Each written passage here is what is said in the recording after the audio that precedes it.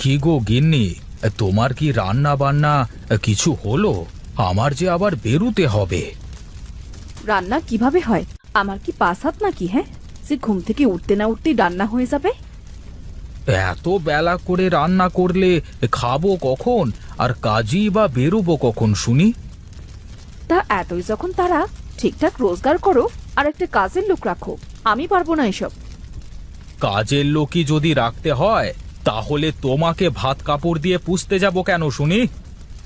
পুষতে হবে না আমাকে। আমি আমার ছেলেকে নিয়ে আজই বাপের বাড়ি চলে যাব। বলি, ছেলেটা কি তোর একার শুনি? আর কিছু হলেই ছেলেটাকে নিয়ে বাপের বাড়ি চলে যাব, এই কথা শুনতে শুনতে আমার কান ঝালাপালা হয়ে গেল। তা শুনতে না চাইলে কানে তুলো দিয়ে রাখতে পারো না? আমি কি বলেছি যে আমি যা বলবো তা সব তোমাকে শুনতে হবে? ধুত তেরিকা, এই জ্ঞান ঘ্যানা নিয়ে শুনতে আর ভালো লাগে না। যা ইচ্ছে তাই করো, আমি চললাম। পোড়া কপাল আমার। বাপের বাড়িও কষ্ট করে বড় হলাম, এই বাড়ি এসেও সেই একই কষ্ট করতে হচ্ছে আমার। মা, ও মা, কি রান্না করছো? কি আর রান্না করবো রে বাপ? তোর বাবা তো আমাকে মাছ মাংস এনে দেয় না, সে একটু ভালো মন্দ রান্না করে খাওয়াবো। তুমি চিন্তা করো না মা, আমি বড় হয়ে অনেক টাকা রোজগার করব, আমাদের কোনো অভাব থাকবে না। সেই আশায় তো বুক বেঁধেই বাড়িতে পড়ে আসি রে বাবা। তুই বাইরে থেকে একটু ঘুরে আয় তো, আমি ততক্ষণে রান্নাটা শেষ করে নিই। হায় রে পোড়া কপাল, ছোটবেলা থেকে যুদ্ধ করতে করতে এত বড় হলাম। পরিশ্রম করলে নাকি কপাল খোলে। আমি সারাদিন এত পরিশ্রম করেও দুমুঠো ভাত জোগাড় করতে পারি না।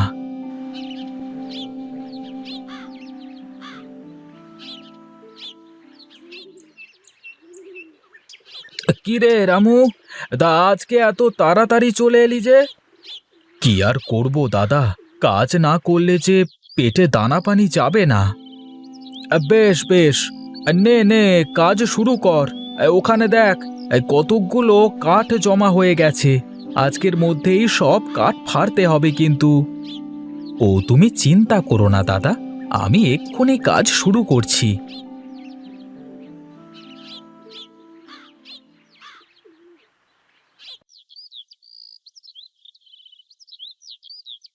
ওহ, কি গরম রে বাবা, গা পুরো ভিজে যাচ্ছে কুড়ুল মারতে মারতে।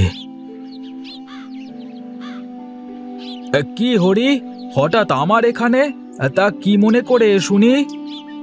আগে দাদা, সামনে আমার মায়ের শ্রাদ্ধ, রান্নার কাজে অনেক খড়ি লাগবে, তাই ভাবলাম আগে থেকেই তোমাকে বলে যাই। বেশ বেশ, তা কবে লাগবে আর কি পরিমাণ লাগবে তা বলে যা। আর পারলে কিছু পয়সা করিও দিয়ে যা, সময় মতো তোর বাড়িতে খড়ি পৌঁছে যাবে বুঝলি।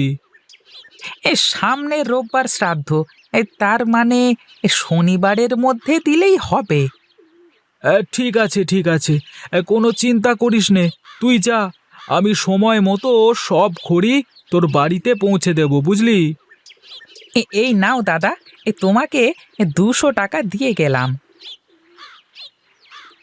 আমি চললাম দাদা, মনে করে পাঠিয়ে দিও কিন্তু। ঠিক আছে ঠিক আছে।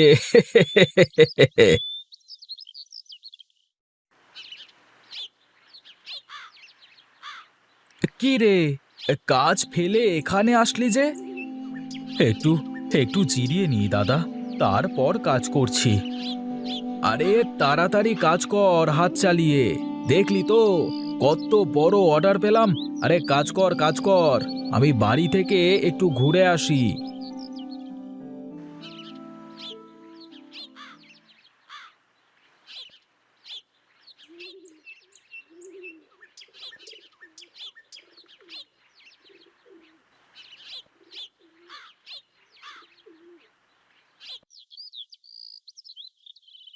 বাবা, ও বাবা। তুই এসেছিস বাবা? তা তোর মা বুঝি খাবার দিয়ে পাঠিয়েছে? হ্যাঁ বাবা, মা বলল তুমি নাকি সকালে না খেয়ে চলে এসেছো, তাই তো তোমার জন্য খাবার দিয়ে আমাকে পাঠালো। দে বাবা দে, খুব খিদে লেগেছে, আগে খেয়ে নিই দুটো। তুমি খাবার খাও, আমি তোমার দুটো কাঠ ততক্ষণে ফেরে দিই।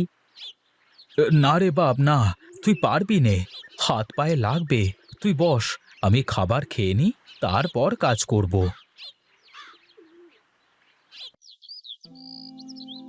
তুই খাবার খেয়েছিস বাবা? আমি খেয়েই তোমার জন্য নিয়ে আসলাম, তুমি খাও। এই নে বাবা, এইগুলো নিয়ে তুই এখন যা, আমি কাজ করি।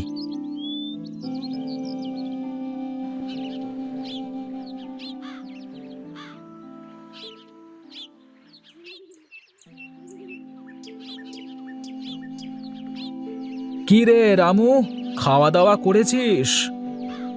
এই তো খেলাম দাদা, ছেলে খাবার নিয়ে এসেছিল। তোর মতো পরিশ্রম করা লোক আমি আগে দেখিনি রে রামু। পরিশ্রম করিই বা কি, সারাদিন এত পরিশ্রম করেও তো সংসার চালাতে পারি না। চিন্তা করিস নে রামু, দেখবি একদিন সব ঠিক হয়ে যাবে। আর ছেলেটা বড় হয়ে গেলে তো তখন আর তোর কোনো চিন্তা থাকবে না।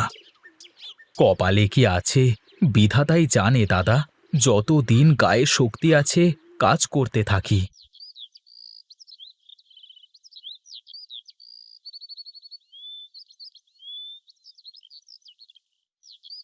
কি রে রামু, তোর কাজ কি শেষ?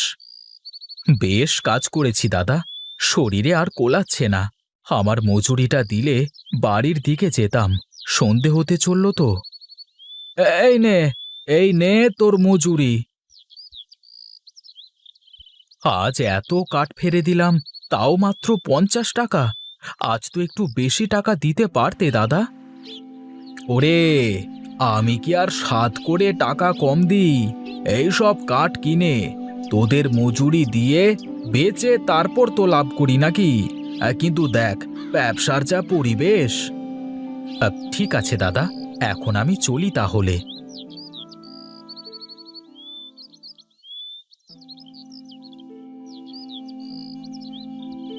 এ কি বুড়িমা, তুমি এখানে বসে কাঁদছো কেন?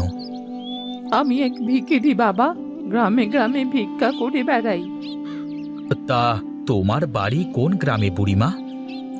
আমার বাড়ি ঘর কিছু নেই বাবা, আমি ভিক্ষা করে বেড়াই। সেখানে একটু জায়গা পাই, সেখানেই ঘুমিয়ে যাই। ইস, কি কষ্ট! বিধাতা যে কখন কার সাথে কি খেলা খেলে। তা তুমি এখন কোথায় যাবে শুনি? কিছু জানি না বাসা, কোথায় যাব, কি করব? তুমি আমার সাথে যেতে পারো বুড়িমা। আমি আমার বউ আর ছেলেকে নিয়ে একটা কুঁড়ে ঘরে থাকি, ও তোমার এক ব্যবস্থা হয়ে যাবে।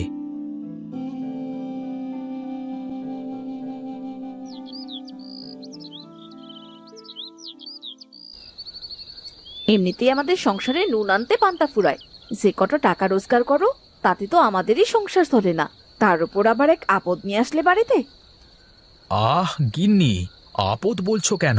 বুড়িমা অসহায় মানুষ, থাকবার জায়গা নেই, তাই তো নিয়ে আসলাম। হ্যাঁ, তুমি তো সব গরিব অসহায়দের দেখার জন্য রাজ ভান্ডার নিয়ে বসে থাকো। আসতে বলো গিন্নি, আসতে বলো, বুড়িমা শুনতে পাবে। শুনুক না শুনুক, শোনার জন্যই তো বলছি, যাতে করে সকালেই বিদেয় হয়ে যায়। চুপ করো তো, মদন ঘুমাচ্ছে, জেগে যাবে। চলো আমরাও ঘুমিয়ে পড়ি।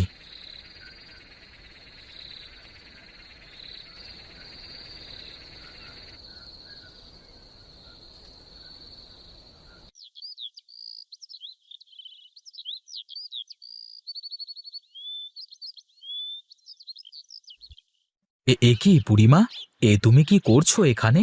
আর এ কিসের গাছ? এটা হলো বড়ই গাছ বাসা, এই গাছে 12 মাস বড়ই ধরে, তাই তো তোর উঠানে লাগিয়ে দিয়ে গেলাম। এ কি কথা, বলা নেই কওয়া নেই, উঠোনে গাছ লাগিয়ে দিল?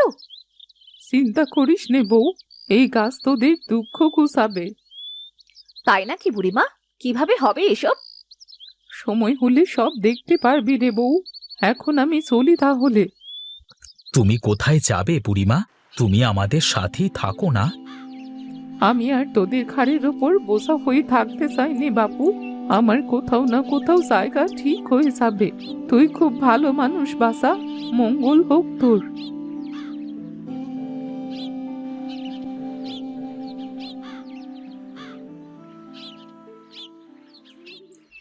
তুই ওখানে কি করিস রে বাপ?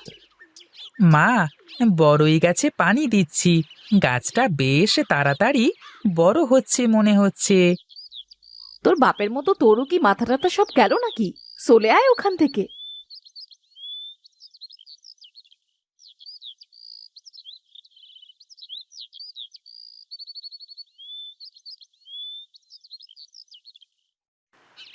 কই গো গিন্নি, কোথায় তুমি? আরে কি হলো? এমন ষাঁড়ের মতো চেঁচাচ্ছ কেন? আহা, অমন করে কথা বলো কেন সব সময়? এদিকে এসো একবার। একটু ভালো করে দেখো, মনে হচ্ছে গাছে ফুল ধরেছে। তাই তো, এইটুকু বড়ই গাছে ফুল ধরলো কি করে? তুমি তো কিছুই বিশ্বাস করতে চাও না। দেখো, হয়তো এবারে আমাদের কপাল খুলতেও পারে। আচ্ছা, আগে দেখি না কি হয়, তারপর বোঝা যাবে। চলো ঘরে চলো, খেতে দিই।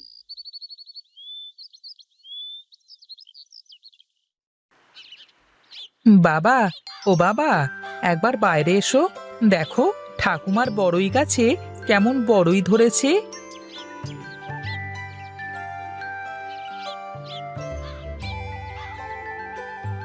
কি হয়েছে রে বাবা? দেখো বাবা, ঠাকুমার গাছে কেমন বড়ই ধরেছে। হে কি, এ তো সোনার বড়ই মনে হচ্ছে। কি বলো গো? আমার নিজের চোখেও যে বিশ্বাস করাতে পারছি না। আমার যে কি আনন্দ হচ্ছে! হ্যাঁ গো গিন্নি, দেখছো না কেমন চকচক করছে রোদ পড়ে? নিশ্চয়ই সোনার হবে। তুমি খালি খালি বুড়িমাকে ভুল বুঝে তাড়িয়ে দিলে। আমার ভুল হয়ে গেছে। নাও নাও, তাড়াতাড়ি বড়ইটা ছিঁড়ে ঘরে চলো। কেউ যেন এই বড়ই গাছের কথা জানতে না পারে। হ্যাঁ, আমি কালকেই বেড়া দিয়ে গাছের চারপাশটা ঘিরে দেব। এখন আমাদের তো আর কোনো অভাব থাকবে না। আমরা যে বড়লোক হয়ে গেলাম। কি যে বলো না, তুমি তো সত্যি পাগল হয়ে যাবে। হ্যাঁ, এই সোনার বড়ই বিক্রি করে তো অনেক টাকা হবে বাবা। হ্যাঁ রে বাবা, এই বড়ই বিক্রি করে অনেক টাকা হবে, কিন্তু সব টাকা আমরা খাবো না। কি বলো? তাহলে করবে কি শুনি? আমাদের বেঁচে থাকতে যা লাগে তাই খরচ করে বাকি সব টাকা গরিব দুঃখীদের মধ্যে বিলিয়ে দেব। ঠিক বলেছ বাবা, তাহলে অনেক অসহায় মানুষ পেট পুড়ে খেতে পারবে। হ্যাঁ রে বাবা, আমরা তো গরিব, আমরা বুঝি গরিবের জীবনে কত কষ্ট। তোমার এই সততা দেখে আমার সব লোভ দূর হয়ে গেছে। আজ থেকে তুমি যা বলবে আমিও তাই বলবো, আর সব সময় তোমার কথা মতোই চলবো। বুঝেছ গিন্নি, পরিশ্রম করলে আর ভালো কাজ করলে তার ফল অবশ্যই পাওয়া যায়। চলো এখন আমরা ঘরে যাই, তোমাদের খেতে দিই।